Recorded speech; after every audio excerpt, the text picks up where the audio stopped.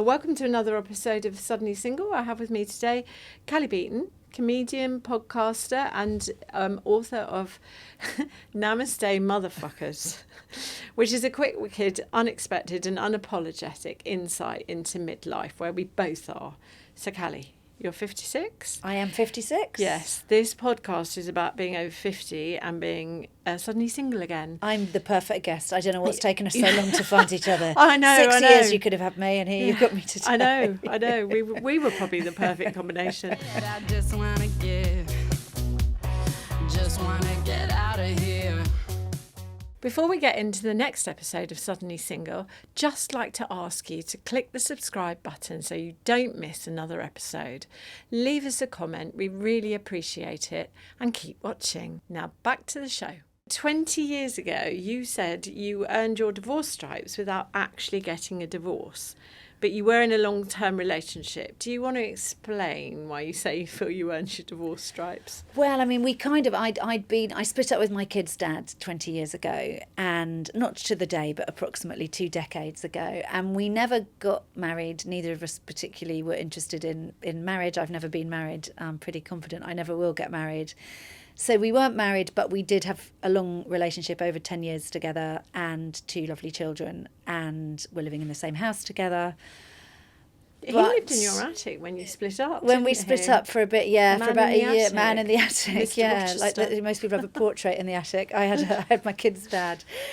So yes, but it was very. It's always been, not that it's easy splitting up with anybody, but it's always been quite amicable and quite civilised, I think, because, well, he's a reasonable person. I think, if anything, I'm probably the tricky one in the scenario. He's Dutch, but he didn't go back to the Netherlands. He's always lived nearby. He still lives nearby. He's now got a 12-year-old, and we all get on very well. We do Christmases together. Last week I was out with my daughter and his son and his partner, and we all had dinner together for their little ones. Well, he's not that little now, 12. Their little one's birthday, and it's just an easier way to live. It's just easier for me as well, like to just be all moving forward amicably. But that's not judging anyone who's finding it harder. And some people have been treated atrociously by their husbands or partners, and they might have righteous rage. Fair enough. But I wasn't in that position. Do you know, I had a righteous rage on my second split. So this was after your kid's dad? This was after my kid's dad, yes. We were together for 17 years. He cheated for quite a long time. How did that come out? I want to interview you now. This sounds great. How did it come out? Badly, let's just say like that. But I in the 8 years that we've been separated, I have learned that, like you say, what was it you just said? Poisonous. It's poisonous. Yes, the resentment's like drinking poison and waiting for the other person to die. I think, you have to eventually accept nobody goes looking for someone else if they're happy. And part of the fault is yours, whether you want to or see that at the time or not. I think most people, unless you're being physically abused or something, have to accept that half of the reason for a split has to be yours. Yeah, there's 2 people in the relationship, aren't there? Yeah. But it is painful, I think, when you find, even though you hear that, we all know that cheating is very common, but it's pretty upsetting when it's hard not to take it personally, isn't it, when you're at the receiving end? We've all been there where you find out that's been happening, and it's like, what was wrong with me? Well, for so long as well. Yeah. But anyway, you have dated relentlessly from the ages of 14 to 54. Yeah, 40 years. I put in a good account of myself. And you are now currently joyously single. Yes. So I'm surprised. Can you tell? I'm like, yes. It's taken everyone by surprise. Why, what did you learn? First of all, I ran out of men. There was none left. I was like, I've dated. Did you go on apps? I mean, no, I don't do the apps I haven't done the apps in a while. But I think I really don't regret much in my life, full stop. And I've had so many joyous things from my first boyfriend, who I write about in the book, Nick Young, when I was 14 to 16, who was just a handsome rogue then, and I found him on Facebook recently. He still is a handsome rogue. Right through to my last boyfriend that I had at 54, split up with him about 18 months ago. And I've had some incredible relationships along the way, and I've been sort of a serial monogamist, I would say. That's been my pattern. That's me. Yeah. I like serial monogamy. Serial monogamy. It suits me well. But I've tended to change my jobs every 3 years, and I think it's been a bit like that with partners. I have stayed with my kid's dad's the longest relationship I've ever had, but I have had relationships that have lasted years, not months. But do you know what? I needed to be in a relationship. I always needed to be in one. And if I look back at it, that was the thing that drove me into fun times, but also sticking with people that weren't right for me. And certainly my last 2 relationships, before I decided to have a period being single, were definitely, they were really fun and exhilarating, but they were not sensible relationships. And actually I came up with I think everybody had seen it before me.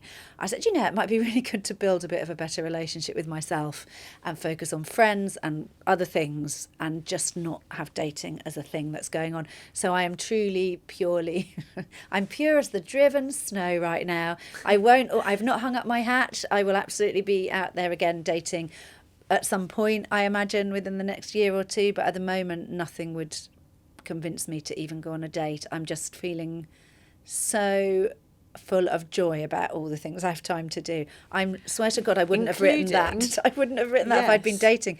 It's all happened since I was single.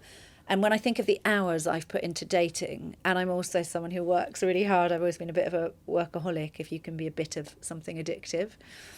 And I had the time to write a book and just see my friends and my family and travel, and I'm having a lovely time. Life's big and rich and lovely, and I know people have lives like that with partners, but I've not learned how to do that yet. When I grow up, I'll know how to do that. So would you say, Shirley Valentine was 42 when that film was made? Yeah, I've got a whole bit in the book about this. Yeah. So you and I are in the next decade up. Yeah. And, between us, we've probably racked up over 100 years of dating experience. I was going to think you were going to say over 100 boyfriends. I was like, easily. Oh, is it? Well, yeah. Well, are we slow learners? I mean... I'm a really... Well, you sound like you're less of a slow learner because you're managing to... you're managing to live this stuff. I think we have selective blindness and deafness. You know, when you're looking back at it, the disastrous decisions we make... I say we, like we're old mates who've been at the front line. Yeah. But I think people were probably in their own way trying to tell us. We were probably getting signals from the world that this isn't the healthiest relationship, and perhaps we were getting signals within ourselves. But I don't know about you, but I had an unerring capacity to double down and be blind to things that weren't working. And by the way, I should also say that I think I've always thought, aren't I unlucky? I've met all these tricky blokes. I've now realised, I was always there, and they've all gone wrong. So maybe it's time to look at my own side of the street. So I think I've actually probably been... I think I'm quite a good friend and colleague and human in the world, but I think I probably am. I think I might be quite difficult to date, because why else has none of this worked? So it's not inconvenient truth, but maybe I'm not perfect. I don't think you're necessarily difficult to date, but I think we've discussed this earlier. Dating someone who's very similar to you is not necessarily the way to go. We're not meant to date ourselves, are we? No, let's not date ourselves anymore. Let's not. I've always dated quite party people. Yeah. Quite outgoing people. And you're a party person. And I'm a party person. And I'm also a people pleaser. So if someone is drinking, then I'm definitely in there with them. Don't you think most women our age are people pleasers, though? I think we were brought up to be people pleasers. I think it's really hard not to be a people pleaser as a woman in their 50s. Yeah. I'm getting less of one, but I'm unlearning a lifetime of what I was taught growing up in the 70s as a little girl. Be a nice girl, be a nice little girl. Do you know, my mum always used to say to me... even when I went to work, I got made associate editor of a magazine, still going actually, Woman's Own, when I was about 26. And I ran my mum with massive excitement, and I said, Mummy, I've just been made associate editor of Women. And she went, oh, that's nice, dear. Have you got a boyfriend yet? Yeah. Because see, that says it all, doesn't it? Yeah. If you didn't marry, and I remember thinking, do you know what? I could be the Prime Minister and she wouldn't be impressed. Yeah. She was much more impressed. I'd like you to be the Prime Minister if you still feel like giving it a go. No, I don't think so. I mean, that's a tricksy one, isn't it? But yeah, I do. I think we were brought up in that different way, weren't we? Yeah. to be people. My mum and dad actually were really good at not saying anything about getting married. They didn't actually. I now look back and I think. But you gave them the grandchildren. I gave them and the grandchildren. You lived with someone, I so did. you kind of fulfilled that box. I did. Anyway. I did, but I don't remember Yeah. them. I do know there are lots of people of our generation. Lots of my girlfriends were literally making their decisions about where to go to uni or whether to go to uni based on the narrative at home being, make sure you go to this uni because you'll meet a nice husband. And I just think, oh my God, imagine growing up with that in your ear. And I think it was quite common. What people like, I was born in the 60s. I think it was quite common that was still going on. I think it was common, and I think the other thing that was kind of looked like a blessing at the time, and is a blessing and a curse, was the fact that we could be breadwinners, that we could have jobs that our mothers didn't have, but that also meant we are the breadwinners. Yeah, and I know. I mean, yeah, careful what you wish for. Yeah, my first husband, I had to pay him to leave the house. Yeah. And my second relationship, I left with nothing. I've always been the one with the reins financially. That's always been the case, and I dare say now it always will. That's why we all need to write books, get some passive income. Yeah. 30p a year. Yeah. Be amazing. I mean, so you're doing kind of both jobs really. Yeah. You have to look after the children, you have to look after yourself, you have to, in a way that I think we probably are the first generation who've done that. And we thought we could have it all. The 90s, when we were young women, we were told you could have it all, and then we were trying to have it all in the 90s. Yeah. And then we realised that was a myth. But there was, that was all going on then. That was what we were, we were brought up in what was still a very sexist culture, all the ladette culture and the lads mags. Yeah. Think about things like what happened to Gail Porter, she's our age. I've had Gail Porter as a guest. Yeah, I had her on mine recently as a guest on my podcast. Yes, amazing. I forgot quite what she went through. But we were meant to have careers, opinions, be equals, but also look really great without our clothes on. Yeah, all of it. Drink like the guys, work like the guys, but still look like something Gail from page Porter. 3. Yeah, that's what we were told. Yeah. It's a wonder we're still standing or sitting. Yeah. There we go. I think we've done very well. I think we have as well. But actually, seriously, one of the things that I was really keen to write about in the book was about us being much more gentle with ourselves, because I think sometimes we can be good, kind people out in the world, but we forget to turn that beam onto ourselves and celebrate the wins and say nice things to ourselves. It almost feels like indulgent. And actually, I've yet to meet a woman our age who is not fascinating with stories to tell and the battle scars to prove it. I love talking to women in their 50s and 60s. I think women we get more and more powerful, more and more interesting, and we forget to be nice to ourselves. We're so nice to the people we love, but I think sometimes it's really hard to just go, do you know what? Good on us. We're still sitting here. Yeah. I know you said jokingly that you think you've had about 80 boyfriends, but there was one in particular that was a changing moment in your life, wasn't there? It was quite dramatic when you were in Reykjavik. Do you mind telling that story? No, not at all. Not at all. So this was someone I'd been seeing for a few months, and we went off to Iceland, and on a sort of a mini break, romantic, dirty weekend, or dirty few days probably. Dirty weekend. Yeah, I know, dirty weekends. They don't get talked about enough now. No. I say in the book, everyone calls them a mini break now. But dirty weekends. And we went to Reykjavik, and he finished with me in arrivals in Reykjavik out of the blue. He finished with me.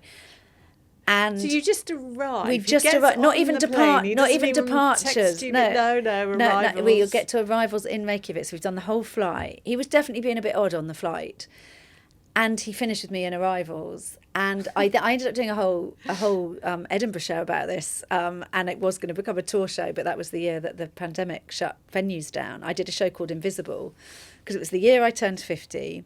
It was the year that there was that B-list French celebrity, Yann Moix, who went viral when he was interviewed and said that women at 50 are invisible. So he went on record saying all that. Yes. So I then ended up in Iceland, dumped by this guy, obviously devastated, humiliated, shocked. And then I was like, what would Madonna do kind of vibes. I was like, right. And I hired a car and went on this massive... Good thing. Yeah. That's a really good tip. What would Madonna do? Or nowadays people say, what would Beyonce do? But whoever your person is. I was like, what? So I hired a car. I was like, I'm going off on an empowering feminist road trip and I'm going to reclaim my power. Anyway, I did no research about snow tyres, weather conditions. Anyway, there's a very long story which I tell in the book and I tell on stage in my current show. I ended up nearly dying. My car went off the snow in terrible, well below freezing conditions. The car was wrecked. I wasn't, but I didn't have proper outerwear. My phone wasn't, there was no reception. I didn't know where I was.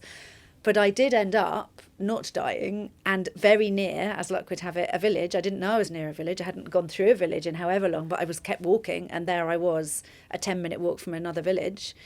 And the people took me in this mystical, magical village, this place called Helnar, which is where Jules Verne's Journey to the Centre of the Earth begins. It's this mystical energy centre of the earth I ended up in, weirdly not dying.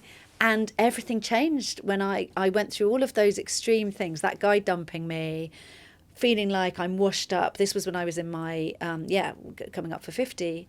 And then that night something shifted in me, and it was 2 weeks after coming back from that trip that I gave my notice on my day job. At the time I sat on the board of a big Hollywood studio. I was a sort of but I was a business person. You were pretty big. I think none of us feel, I was just making up as I went along like everyone else, but I was doing that job, and I'd been doing the open mic circuit as a comic for a few years, and that was when I was like, sod it, I'm gonna give up my day job and I'm gonna do this properly. Just anyone who doesn't know you, or tell people why you were doing the open mic circuit. Well, Who put that in your head? It's a nice glitzy story. So I, as part of that boardroom job, so I worked among the other companies that we owned. Comedy Central was one of the companies that we owned. So we would go to industry events around the world, the sort of things that you're very familiar with, and we would bring in an A-list talent. We would fly them in, and we would have rooms full of drunken, jaded TV executives, and we'd be hoping they would part with their money and invest in our shows. And I would be the person who would bring the A-listers on because I was the business lead. And I had the immense pleasure during those years of working several times with the late, great Joan Rivers. So I would do my bit at the top, and then she would come on and we'd go for dinner or whatever. And we always hit it off. She was a proper feminist icon. I never thought of that till I met her the first time. And I was like, oh yeah, what you were doing. You were busting through the glass ceilings of Hollywood as a single woman when nobody was doing what you were doing. Yeah. She had a horrifically difficult life. And then the last time I saw her, by which time we'd worked together a few times, we had dinner together, just the two of us. And it was not long before she died. And she said to me, Cally, I think you should try stand-up. And I was 45 when we had that conversation. And I said, I'm a single mum. I've got 2 kids. One of my kids has special needs. I sit on a board. That's too late for me, Joan. And she just looked at me. She said, Cally, I'm 81. What's stopping you? And then she died 2 weeks after that conversation from unexpected complications to surgery. And then I hauled myself to a spit and sawdust pub and did my first open mic gig. And how did that feel? Well, I was rubbish. In honour of Joan Rivers, I died on stage. So I had stagecraft. I was used to being on stage, but I don't think many people just come out of the womb amazing at stand-up. You just have to do loads of it. So I just did what every other open micer has to do, and fair enough, you earn your stripes like becoming a plumber or a pilot or anything else, get your hours in. So I wasn't great at it, and I got better. And then a few years later, I was starting to get a bit of telly, and I was getting pro gigs. I was getting paid, but comedy pays terribly. And yeah, so that there had been a head of steam building with my comedy career. I had been making a name for myself on the circuit, but there's never an easy time to just go, I'm going to just forget about the main job and pursue my side hustle, especially when you're the sole breadwinner. I couldn't have it as a hobby. Like, I did need to make a living out of it. But what I would say, if anyone's listening to this going, well, I'd like to make my side hustle my main thing, but I've actually got to keep working, doing what I do because of the money. I did take everything I'd been before with me. Like, I do corporate speaking, I do loads of different things that are what I used to be, as well as stand-up, which is newer. And there is a version of that for all of us. So any woman who is our age and has been on the planet that long has considerable skills in the toolkit. And it's what we can do if we decide to roll the dice. Right. We've got more we've got more to help us than we might think. Okay. So you said at one point, I'm always right.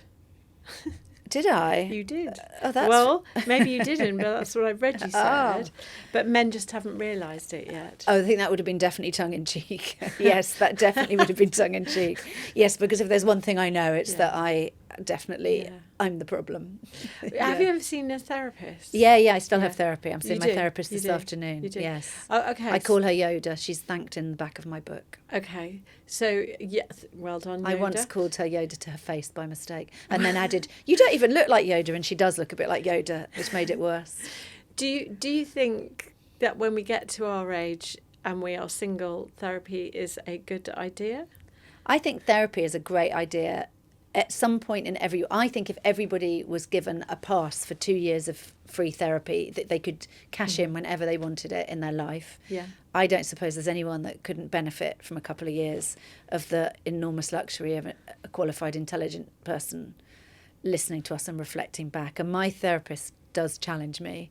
She won't let me get away with my nonsense. She will challenge me if my narrative is not ringing true. She's like, "Oh, should we go back to that story? And what was your bit in that?" So she's quite good at holding me to account. She's humbling, Yoda. Okay. So you've touched on body image and vulnerability of aging. So one thing for me, I think, and I've said to you, I've only known this latest guy for about 4 months now.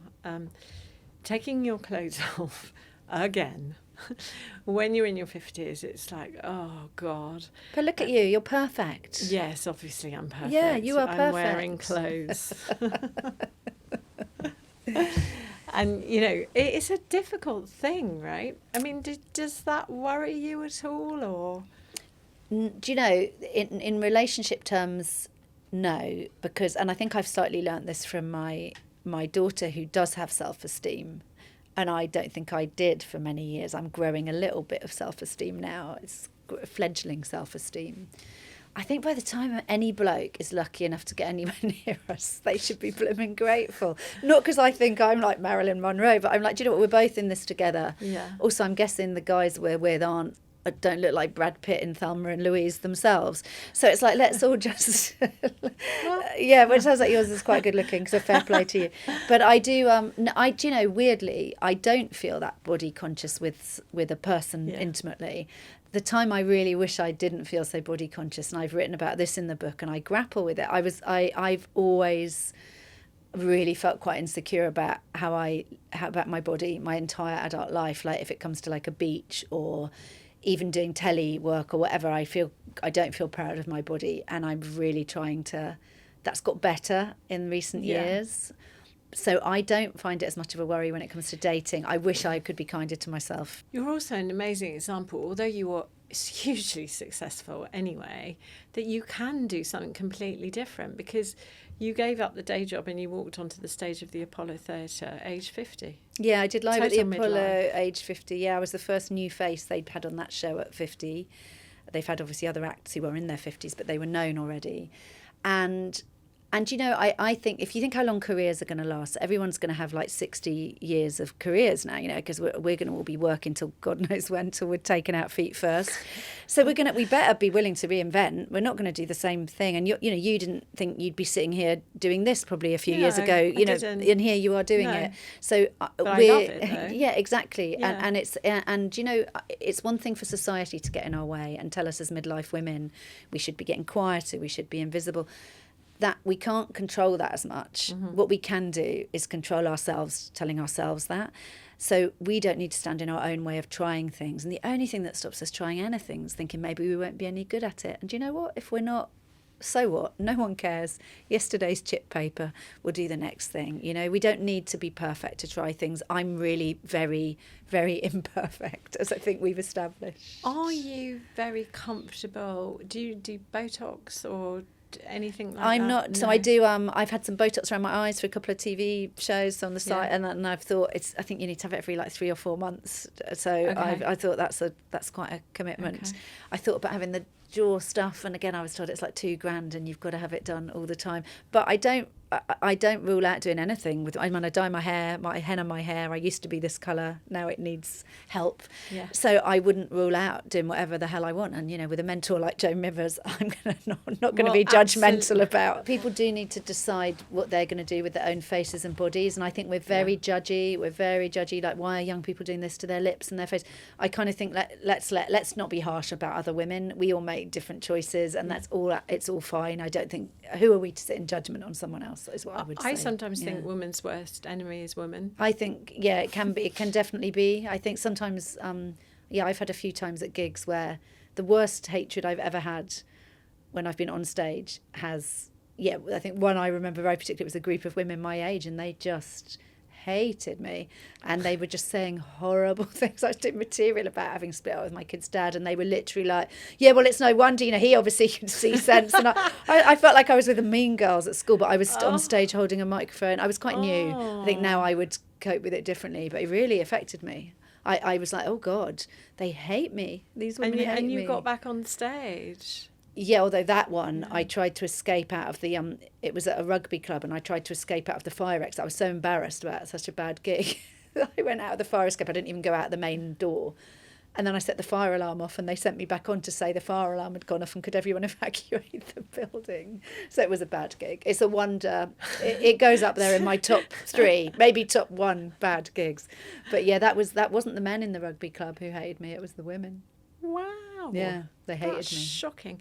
Maybe I was terribly bad and they had every reason to. Can you tell us about Jeff the Wonder Dog? Because you've said he's better than a husband. He's the best husband I've never had. Jeff is, I got Jeff 3 years ago, and he's my little wire-haired dachshund, and he has way more love in the world and on Instagram than I do. Loads of people come to my shows and they'll go, I came for Jeff and I stayed for you because they've seen Jeff online, and then they discovered I was a comedian. We quite often go out and people are like, oh my God, is that Jeff? And I'm at the end of the lead going, hello, trying to get them to buy my book or come to a show. Yeah, Jeff's a sweetheart. In seriousness, I've always loved animals. My son's a zookeeper. I grew up in rural Dorset with animals, and Buckinghamshire before that. And the thing that is so lovely about a dog, partly there's another beating heart in my house because I live on my own for the first time at the moment, but there's something, we could all be more Jeff. So in the morning when I get him up, he sleeps downstairs because the cat hates him, and she sleeps upstairs, and he's just so excited. It's another day. He's like, have you seen? It's another day. The garden's still there. The sun's out. Look, here we are. And if I've got a bit of a cob on and I'm a bit sad or a bit mopey, I just look at Jeff. I'm like, oh, come on, let's get into the day. And he just, oh my God, they just love you unconditionally, and I love him unconditionally. And I'm pathetic. Do you know what? I utterly agree. Do you have a dog? Well, I had a dog that died, but at the moment my daughter's living with me with her 3-year-old called Ollie. And I'm going to look at him completely different now because he does jump all over my bed at like 5 o'clock in the morning. So a human 3-year-old. Get up. It's sunny. I've got I need such my grandparent breakfast. envy. I'm so dying to have a grandchild. Oh, no. My daughter is 28. Her dog is 3, Ollie. Ollie's the dog. Ollie is the dog. He's my grandbear. Well, that's as even I call better. him. A grandbaby dog. My grandbaby dog. And he is joyous, like you say. And the other thing is, if you locked a human in for 5 hours in your house, would they come running to the front door, like slobbering all over you? Well, most of my exes didn't when I did it to them. No, I didn't. They would be like, oh, she's back. Well, also, you can't leave a child. People say it's as hard as having a child, having a dog, but you can't leave a child for 5 hours. The fact is, I do. I think they're very. It's like I think it's like having a furry antidepressant as well. It is. And also, you have to go for a walk. So I've had a really busy morning today with lots of different things. But before I did any of the things I've done, lovely as all the things are that I do professionally, I have to go and take the dog out for an hour. So my first hour of the day, I was out, makeupless, rubbish clothes, barely brushed hair, just being out walking my dog and having the most lovely time. Didn't matter what was going on in the world. The trees will still be there tomorrow. God willing, the dog will still be there tomorrow. And I just find life's still hard sometimes, but I've never sunk to the levels I have in the past before I had a dog, because there's always I agree. Jeff. You wrote on one of your posts, Married, unmarried, coupled, thrupled, consciously uncoupled or single. Your choice, not mine. Enough with the assumptions already. And I think that that's a lovely thing that you wrote, because it's kind of just let people be what they are and trying to understand why they are like they are. And just because you're different doesn't make them wrong.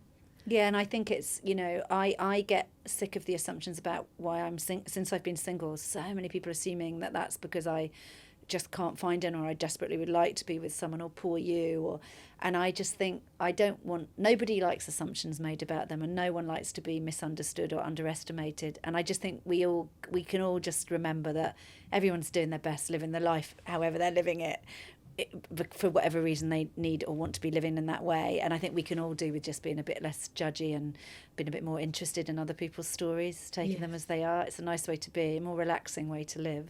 Yeah.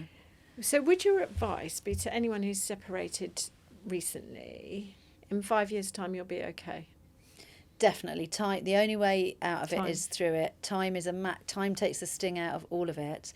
And also, it's a bit like if you lost a job and you felt desperate because you didn't have a job, but then you get a job that's so much more fun than the job before, and you think, oh God, I'd never have felt so sad if I'd known this was coming. So many great things are ahead of us, whatever age we are. So many great things are ahead of us, as well as the pain and the mess. And this is as young as we're ever going to be. So let's enjoy it. So yeah, I really would say. And also, we are more resilient than we think. We do get through things, and we do stand to live another day. What makes you stronger. Exactly as they and used that's to say. Absolutely true. Yeah, it is true. So yeah, from one tiger mum to another, I would say, yeah, we'll still be standing, and we'll be okay. And it's also fine to cry and not be okay. Like I do lots of crying and lots of not being okay. I think that's perfectly fine. I'm much more drawn to people who personally are not always okay, like me. None of us are always okay. So yeah, for the tough days, there'll be the good days again. So to all you single women who are hot messes, it's going to be fine. It's going to be fine. Embrace the hot mess. Yes. Now, Cally, before you go, I want you to play my game. Yes. It's called the Suddenly Single Honesty Box. Okay. Yeah, I'm coming up. Okay. So if you could date anyone, dead or alive, who would it be? Oh, that's an interesting one, isn't it? I am going to say it's between Ryan Gosling and Barack Obama for me, I would say. Yeah. I did just watch Ryan Gosling in one of his early films with my daughter, and I've always, let's go Ryan as of right now. Yeah. I've never dated anyone remotely like Ryan Gosling, sadly. But I'm not going to give up on the dream. Barack Obama? So, Barack Obama. But I wouldn't want to mess up things up for him and Michelle. So let's leave him happily where he is. Okay. I'd date her as well, to be fair. So yes. I would date Michelle, actually. Yeah, she'd be a good bet for us, I think. She would. She'd get us, and she'd Michelle, be fun. if you're available. Exactly. If it ever goes wrong. We're here for you. We're certainly here for a drink. Exactly. So just before we go, apart from moisturising your neck, give us your best 3 tips in Namaste Motherfucker. Because I love that, because I feel like that half of the time. Well, I should be saying that to people now. Well, every chapter, because I was thinking, what do I like in a book? And I used to also work as a coach for many, many years alongside my day job. So I did 20 years of coaching people. And I thought of all these tips and tricks, and I thought, what would I like in a book? I'd like things that are portable. So every chapter has 3 takeouts that you can try. And they're things like, so one of them in there, when I was talking about being kind to yourself, there's a list of 15 or 20 words, and you pick 3 that you think apply to yourself, but they're all really nice things. So being kind and then you just write a bit about why those things. So just because we're so not used to taking nice things and saying them to ourselves. I've got a bit about, it's a bit like decluttering, but deciding, something you're going to get out of your life, something practical that you want to get out of your life, thank it for its service and let it on its merry journey. And there's one quite early on in the book which is about reinvention and what you'd like your life to be like, and to allow yourself to just sit and write out how you would like things to be if you could do the job you wanted, have the life what would that life look like? And then thinking how closely to that you might be able to get. And it was that sort of an exercise, actually, that allowed me to create the life I like have. that Yeah, one. just allow yourself to do Do. it. No input. Glorious Technicolor, present tense. How is my life? If Yes. everything were possible and I couldn't Yeah. fail. And it's really funny when you've written that down. How it sounds quite woo woo, but how close because you start to know what it would even be. You might not have even let yourself think about that until you wrote it down. And I say this as someone who has always had to earn a living. I'm not just like drifting along going, yeah, I'll launch a shoe range and who cares? I've had to make the money add up always to some degree. I've had to survive. Yeah. So but there are 10 chapters in the book, and everyone has 3 tips, because I think if I'm going to spend 20 quid on a book, the way the world is financially, I need it to give me a bang for my buck. And that includes, well, what am I going to do with your wonderful advice? Let me go and try it. And Yeah. also a laugh. And You are a very funny person. Well, I did Cally want it Beaton. to, it's made a couple of women wet themselves already. The bar's low for women our age wetting themselves, admittedly. Well, yeah. I mean, I'm weeing right now. But yes, there have been, so it's funny as well. I hope it's funny. That's what I do for a living. But yes, so there are lots of tips and tricks in there, but those are some of my favourites. Oh, thank you for joining me. Thank you for It's having me. been a I've loved pleasure. it. Yeah, I feel I want to Oh. interview you now for an hour. Oh, Do that ask me anything you afterwards. like, yeah.